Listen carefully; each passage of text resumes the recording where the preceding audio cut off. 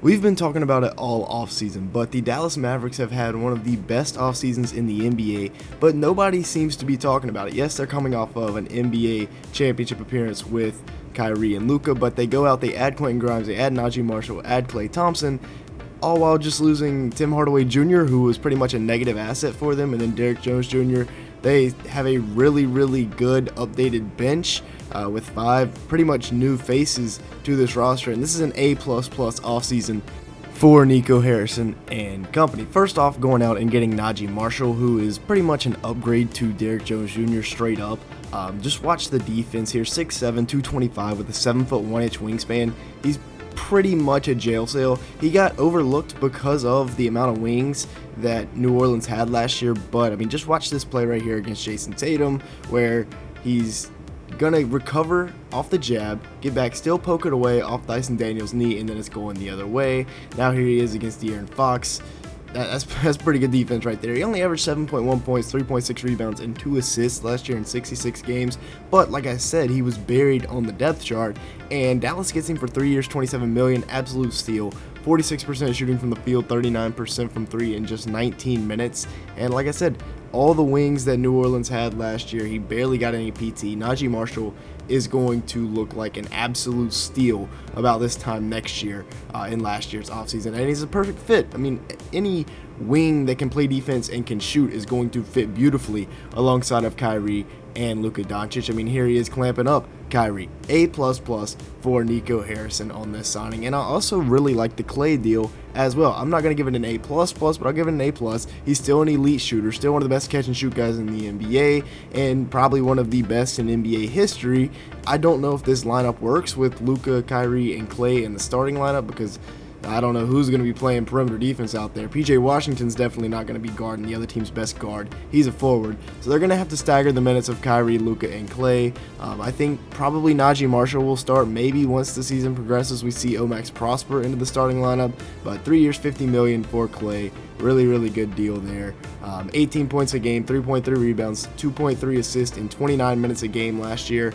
Didn't even play 30 minutes. Still coming off of that injury, and yes, he only shot 43% from the field, but 39% from 3 on 9 attempts. On that volume, that is elite shooting. Still, like we said, he can create a little bit, finding Andrew Wiggins here off the dump off, driving on Jaime Jaquez.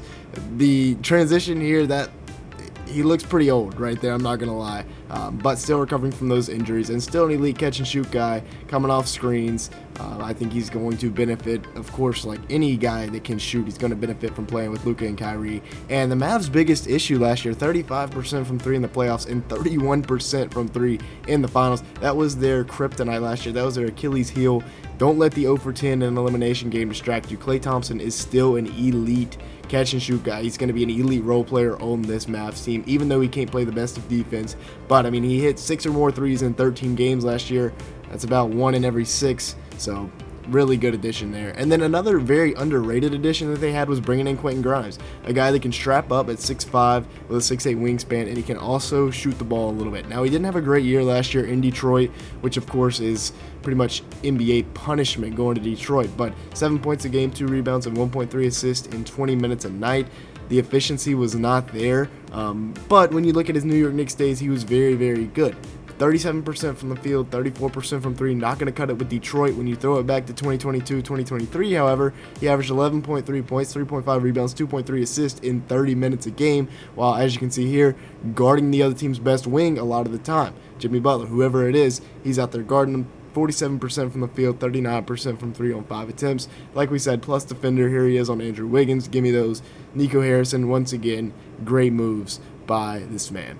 Now, if you had made it this far into the video, obviously you're liking something, so make sure to hit that like button, leave me a comment down below, and hit that subscribe button. As you can see here, pretty much everybody that watches the videos are not subscribed to the channel, so if that is you, go ahead and fix that right now. Also, we're looking for about 200 likes on today's video, so if you could help us out with that, it'd be greatly appreciated. And with that being said, let's go ahead and get back looking at, of course, the big two, the two best players on this team, Luka Doncic and Kyrie Irving, the two that make this whole thing run. And Luka is coming off of a historic season, a year where he put up some absolutely outlandish numbers, averaging 34 points a game, 9 assists, 10 rebounds, and 1.4 steals a night for the Mavs last year in what was nothing short of a historic season. 49% from the field, 38% from 3 on 10.6 attempts a night.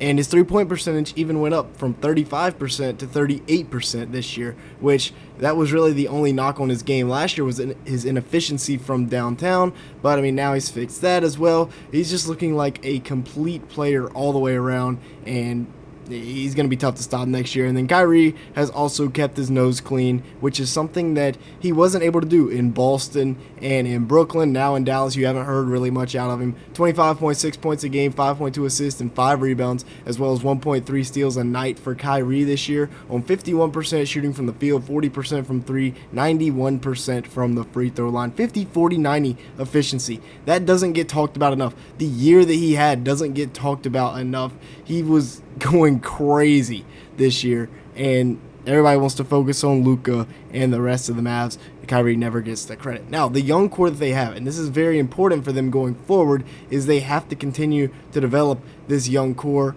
of Max Prosper, Jaden Hardy, and Derek Lively, because all three of those guys are going to be very important for their future. They also brought in Spencer Dinwiddie, who obviously is not young, but a guy that averaged 10.5 points a game, 4.7 rebounds, 2.7 assists in 28 minutes last year, and could be a nice piece off the bench for them.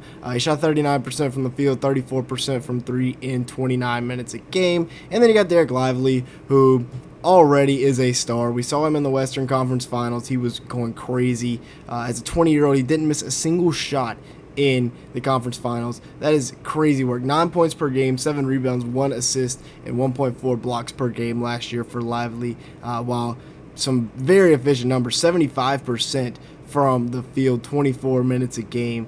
He's also a very good passer against the blitz, as you can see right here.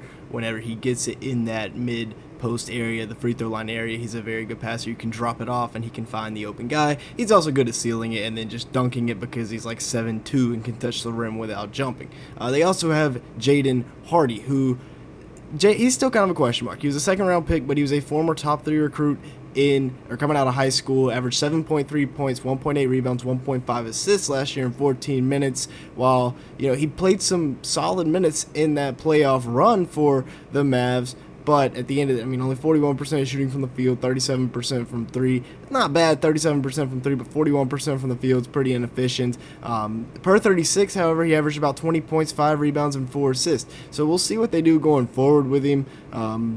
But he's 22 years old, so maybe he will get some more PT. We'll have a better look at him next year overall and what they decide to do. And then they have their secret weapon this year, which is Max Prosper, the number 24 overall pick in the draft last year, who I think still has a ton of potential. He's 6'8" with a 7'1" wingspan, and he's a guy that can really sit down and guard. Now, obviously, Jabari Smith Jr. just lost it right there. But overall, Max is a guy that can clamp down. He can run in transition, as you can see here. Very, very athletic. He played 40 games last year, but only played about 5 minutes a night.